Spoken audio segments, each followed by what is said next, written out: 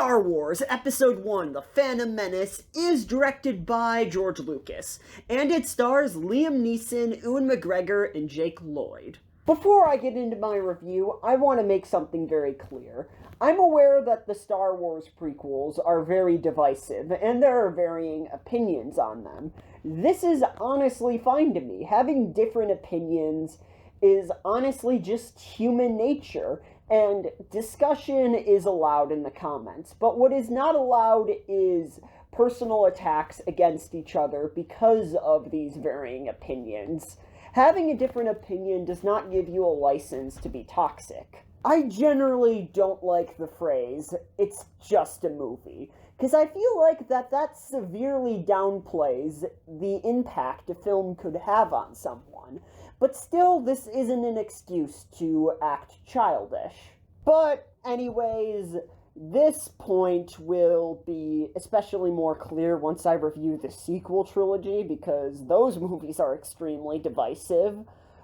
But anyways, I'm just gonna get on to my review, and also this review may contain spoilers to The Phantom Menace. So if you want to avoid any and all spoilers, and you want my spoiler-free thoughts, I would highly recommend skipping to this timestamp, so you can receive my spoiler-free thoughts, and my final grade on this film. Since the 80s, George Lucas has made it very clear that he was interested in telling the story on how Anakin Skywalker became Darth Vader. He decided to tell this story in a second trilogy of films. He started this story off in the 1999 film, Star Wars Episode 1, The Phantom Menace. In this film, Anakin is a small child, and this is where my biggest problem with the Anakin Skywalker character lies in this film. I feel Anakin is far too young. The prequel trilogy is about how a good man can become twisted and evil, and I feel like that this transition should have started in Episode 1, and it's virtually impossible to show the first steps of villainy when your character is a literal child. If Anakin was older and more flawed, the things that the Jedi Council were saying about how they sense great darkness in this boy, it would have made more sense. I feel like it would have been way more interesting to meet Anakin as this young and incredibly flawed Jedi Knight, rather than this small and innocent child. I know Lucas was trying to get across how the pure can get corrupted, but I feel like having him start off already incredibly flawed would have been more interesting. Also, I will not spend time bashing Jake Lloyd's performance, because that would literally be beating a dead horse. Another major problem I have with this film is that it's far too childish. The original trilogy is what I would consider family-friendly movies, but they were not kids' movies. They weren't afraid to go in some really dark territories. This film feels like a kids' movie. I mean, I like a lot of kids' movies, but I mean, this film, I feel, panders to children with a lot of its extremely juvenile humor and characters. The less said about the fart jokes, the better. Honestly, the physical embodiment of this film's juvenile humor is Jar Jar Binks. I mean, everyone who's everyone has gotten a chance to beat the whole Jar Jar Binks thing into the ground. Honestly, it's just way too overplayed. I mean, a lot of people say, oh, I don't like The Phantom Menace because Jar Jar Binks. I mean, there are so many other problems that this movie has other than Jar Jar Binks. Jar Jar Binks is just the tip of the iceberg. I mean, going back to Return of the Jedi, the Ewoks were kind of childish.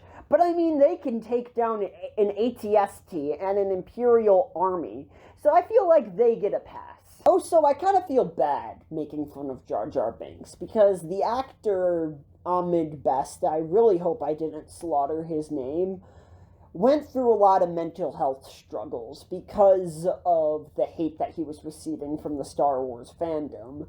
I mean, because of the outrage of this movie. A lot of people, including Jake Lloyd and Ahmed Best, received a lot of unfair hate. And, I mean, this isn't really a criticism of the movie. It's more of a criticism of how toxic the Star Wars fandom can be. I mean, I hope I'm not sounding too preachy, but I want to be careful when criticizing performances, because it's not always their fault. A lot of the times, bad performances are because of a bad script. Also, another major problem I have with this movie is its CGI. Some scenes look passable, when others, well, they don't. I mean, the original trilogy came out over 30 years ago, and those movies still look great today. Honestly, I just feel that this movie bit off more than it was able to chew in the CGI department, and I feel like it should have used practical effects rather than CG, because at the time the technology just wasn't all there, and you could tell. But my biggest problem I have with this movie is its pacing. This movie can be a chore to get through. Much of this movie is just people standing around and talking. I mean, I don't mind slow-paced movies, but there feels like that there's just no conflict going on.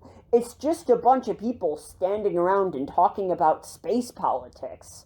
And I don't care about the Trade Federation or space politics. Yes, the original trilogy had some slow scenes, but there was always something going on. There was always something of interest happening. This is not the case here. There are many scenes where people just stand around and talk, in a very monotone voice, mind you. And honestly, these scenes are sleep-inducing. I know I've been comparing this movie to the original trilogy, but I kind of can't help to do that. Because, I mean, it's a part of the same franchise. So I'm gonna compare this movie to the original trilogy again. The original trilogy always had a hook to it. There was always something that kept me invested.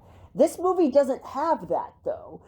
There isn't really a conflict in this movie that really keeps me interested. So I'm just kind of sitting there, just going through the motions, watching this movie, until the third act, that is. Even though this is one of the weaker Star Wars movies, it isn't a complete abomination against cinema. There are some good things about this movie, including Darth Maul. Darth Maul is just such an incredible and intriguing villain. It is honestly such a shame that they killed him off in this movie, but thank God for the Clone Wars. Usually I don't enjoy it when movies or TV shows retcon previous deaths, but there is an exception for Darth Maul, because honestly his character was just so interesting and intriguing that killing him off so early just really didn't make that much sense. Even though most of the performances in this film are pretty weak, Liam Neeson actually does a pretty solid job as Qui-Gon. I mean, his character has the most depth in this movie. His character has the most clear motivations and depth. Honestly, all the other characters in this movie, you don't really see their motivations or drive. Qui-Gon is the exception to this rule. Liam Neeson is probably the only actor in this movie that I feel like delivers his lines with actual conviction. Yeah, there are some scenes where he does deliver his lines in a rather monotone and wooden voice. But I mean, most of the time, he actually gives a pretty solid performance. You're able to tell what type of character he is through his performance. Through Liam Neeson's performance, you can tell that he is the type of character that is just fed up with the Jedi Order and its involvement in all the politics that are going on in the galaxy. He feels that they have become disenfranchised with the number one thing, which is the Force itself. Oh, so this is kind of nitpicky, but I feel like I should point this out. During the third act, there are 4 action scenes happening at once. I just feel like that there is just way too much happening at once, and My brain can't really process all what is happening, and I feel like that it should have focused 100% of its attention, or even 75% of its attention, to the Darth Maul fight, which is easily the best scene in this movie. Also, I don't like how many of the victories in this movie happen on accident. I mean, it happens twice. I mean, you could technically say that Luke blowing up the Death Star in the original Star Wars was, I guess, an accident, but it's treated more as a miracle rather than just an oopsie, if you know what I mean. Treating these victories as oopsies just makes this movie feel so much more childish and stupid. But one major plus that this film has is the Obi-Wan Qui-Gon versus Darth Maul fight. This is one of the best action scenes in, honestly, all of movies. John Williams' Duel the Fates is utterly incredible, and the choreography in this scene is just honestly off the charts. Seeing Jedi and Sith duking it out in their prime is just candy to the eyes. I have fond childhood memories watching this scene on repeat. Honestly, this might be one of my favorite action scenes in the entire Star Wars saga. I mean, I of course prefer the fights in the original because I feel like that they provide more emotion, but when it comes to spectacle, I feel like that this scene has the most spectacle out of any lightsaber fight in the entire Star Wars saga. This scene is probably the most fun to watch. But overall, even though this film has one incredible action scene, that still doesn't save this film from its terrible pacing. Overall, Star Wars Episode 1, The Phantom Menace, gets a C-. Anyways, I hope you enjoyed my review of Star Wars Episode 1, The Phantom Menace.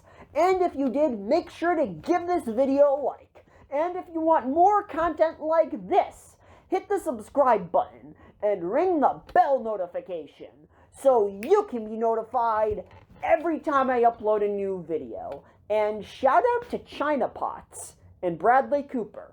Thanks for watching.